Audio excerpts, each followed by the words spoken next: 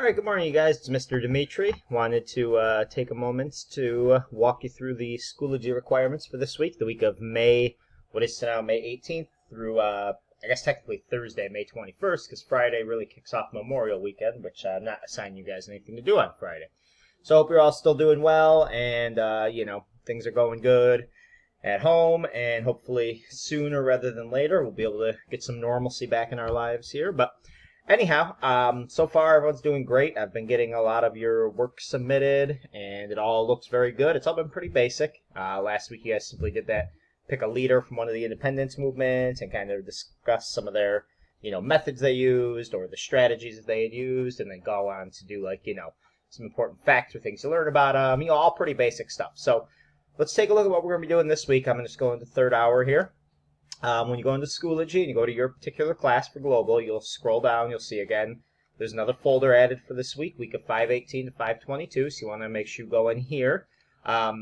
You will only have one assignment to do this week that's actually going to be submitted to me, although there's a few other things posted that I want you to participate in and go through, but you will only need to turn one thing into me, just like last week and the previous week. So let's always start by going to the note here. That's the week of 518 to 522, because that is kind of the overview, describes what you guys will be doing this week.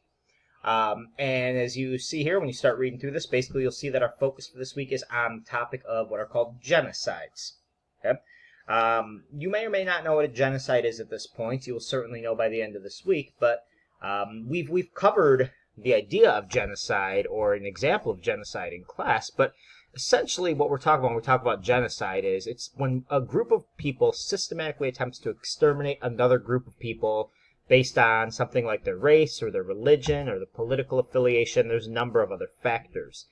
And, to make it clear, the most infamous example or the most noted example of a genocide occurring in history was, of course, the Holocaust, when the Nazis and the Nazi theory and belief led to the attempted extermination of the Jews, the Gypsies, the Romani, and all those other people that Hitler had deemed undesirable that were part of the basis of the Nazi belief system. And, the idea of genocide, it's not like two sides fighting a war and killing each other. The most important thing to note about genocide is that a genocide is systematic and it's planned out. And it's typically targeting people simply because of one of those specific factors. So basically, this week, you're going to be learning about what the genocides are. You're going to kind of look at, what is the general idea of a genocide, and you're going to look at what are the 8 stages of genocide, because when we look at genocides in history, there's always these stages they go through. And a lot of the stages is kind of the planning of it and the sort of organization, because again, to be a genocide, it must be systematic. It's got to be carried out in a way that is sort of planned out, targeting specific groups or specific individuals. Then you're also going to be doing a case study. This week, a case study is going to be on a genocide that took place in the small Central African country called Rwanda back in 1994. This is something we would have spent a good chunk of time on in class. We would have been watching a movie about it called Hotel Rwanda. I'm going to scale it back for you guys this week. And essentially, you're going to have one GRQ to complete for the week. That is going to be your one assignment you're going to need to hand in. So I already went through a lot of this stuff here, kind of describing what genocide is. The idea, though, this week is we're going to do our case study on 1994 small African country called Rwanda.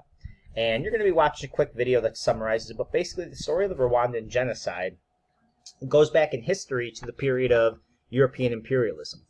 And it's a very small little Central African country. It's got the Congo to its west, and it's got a few other small little African countries surrounding it. But basically what happened in Rwanda is that they had a long history of two main ethnic groups of people who identified as one ethnic group or the other. Either you were a Hutu, H-U-T-U, and that was the vast majority of Rwandans identified as Hutus. It was about 85%. Or you were a minority called a Tutsi. That's T-U-T-S-I.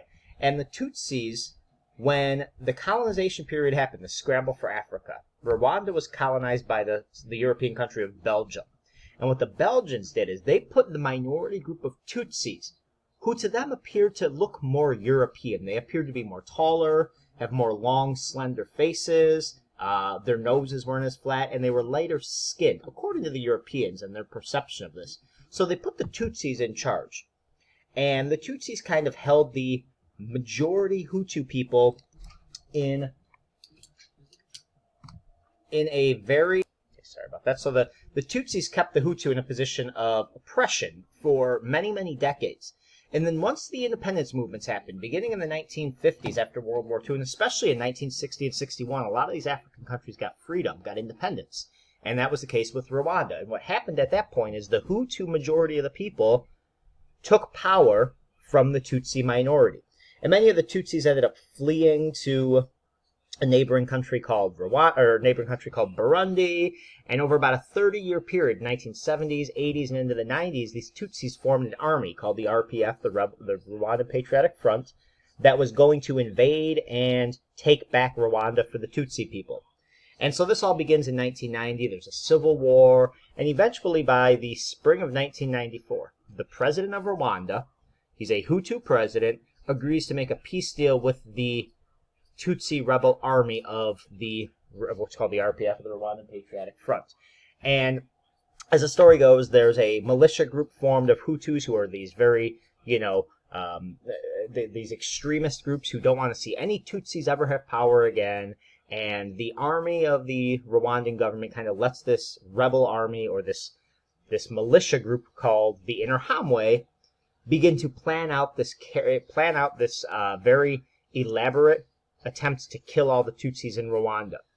And so it all begins in April of 1994. And basically the story goes, the Rwandan militia, the Interahamwe, carries out about a 100-day slaughter of Tutsis across Rwanda. And many of this is not done. This is not done with guns or gas chambers. Much of this is done with the use of simple garden tools, machetes, rakes, shovels, and we're talking neighbors killing neighbors in the middle of the streets of the cities of Rwanda and in the villages across the tiny little country. And so it's a 100-day period that goes on, and over that course of that 100 days, nearly 1 million Tutsis are killed by this Hutu militia group known as the Interahamwe. So that's the idea of the Rwandan genocide. It's a horrific example of this happening in history. So that's what you guys are going to be focusing on this week. So you got 3 main tasks to complete, going back to our page here. First thing you'll do is you'll review the genocide notes that I posted. They're in the main folder. I'll show you in a second. You do not have to take notes on them, but review them carefully. It goes through the idea of the 8 stages of genocide and what genocide is. Just look those over. You're going to watch an 11-minute video on the Rwandan genocide. You can click here to get it. It'll pop open, or you can get it out of the main page as well.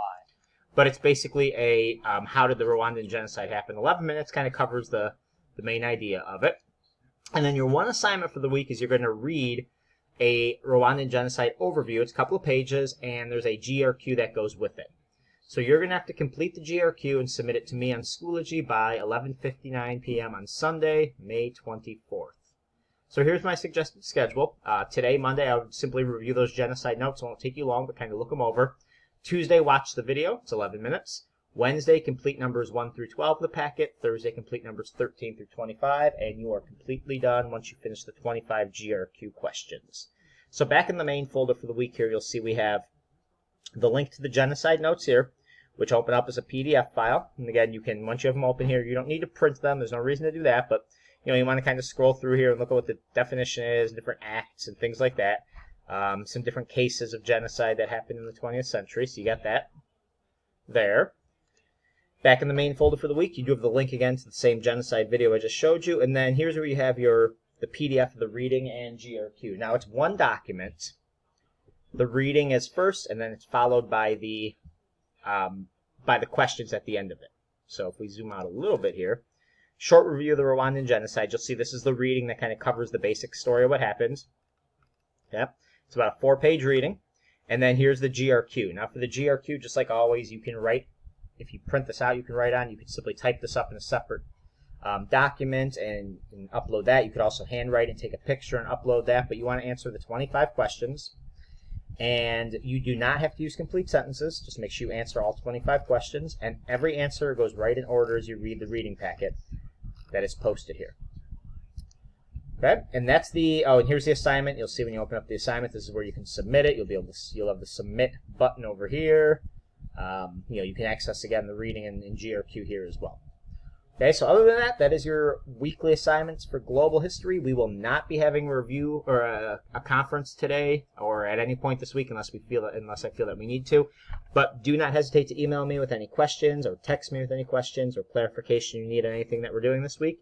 I hope you guys have a great week and enjoy your upcoming Memorial weekend. There will not be any assignments posted for next Monday or possibly even for Tuesday because it is a professional development day, okay?